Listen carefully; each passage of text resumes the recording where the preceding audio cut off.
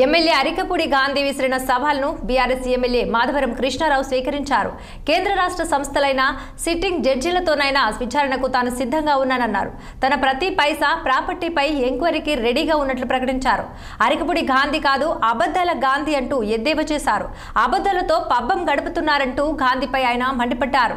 అరికపూడి వ్యాఖ్యలపై పూర్తి విచారణ జరిపించాలని ముఖ్యమంత్రి రేవంత్ రెడ్డికి విజ్ఞప్తి చేస్తున్నట్లు తెలిపారు మాధవరం కృష్ణారావు. నాది బోరంపేటలో నా కాలేజ్ ఉంది, అది చెప్పాడు. అది విచారణ జరిపించుకొని సిద్ధం.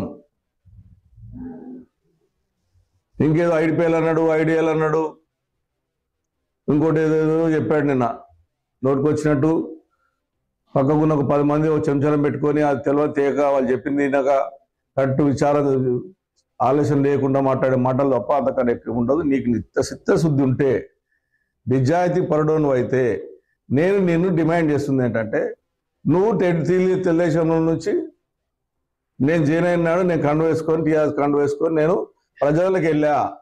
నువ్వేం చేసావు? టీఆర్ఎస్ నుంచి టీడీపీలోకి వచ్చి సంపాదించే ప్రయత్నం చేసుకున్నావు, ప్రజలకు సేవ చేయలేదు. మళ్ళీ టీఆర్ఎస్ నుంచి కాంగ్రెస్కి వెళ్ళావు. ఇప్పటికి నువ్వు టీఆర్ఎస్ తెలియదు, కాంగ్రెస్ తెలియదు. అన్నీ తెలుస్తుంది ఎంత నిజాయితీవంతుడో, ఎంత నీతిమంతుడో నువ్వు అని. నేను ఇప్పటికీ నేను టీఆర్ఎస్ అంటున్నావు. ఇంకా అదే చాలు నీకు.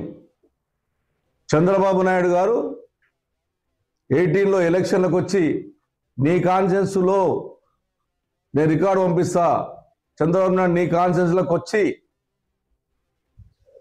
ఈ దొంగ గాంధీ, అబద్ధాల గాంధీ అని చెప్పి స్టేట్మెంట్ ఇచ్చిండా లేదా నేను పంపిస్తా. అదే చంద్రబాబు నాయుడు నా కాన్ఫరెన్స్లో 18లకు వచ్చిండు. నీకు సంబంధించిన ఒక బంధువు నా బండిని ఏదైతే నా ట్రాలీ నా ఏదైతే ఎలక్షన్ ప్రచారం తిరుగుతూ ఆపని ప్రయత్నం చేస్తే పైన చంద్రబాబు నాయుడు గారు అది మనవాడే, వాడిని ఏమనకండి అని ఒకటే రోజు 2 మీటింగ్ పెట్టాడు. అది నీ నిజాయితీ, అది నా నిజాయితీ. నువ్వు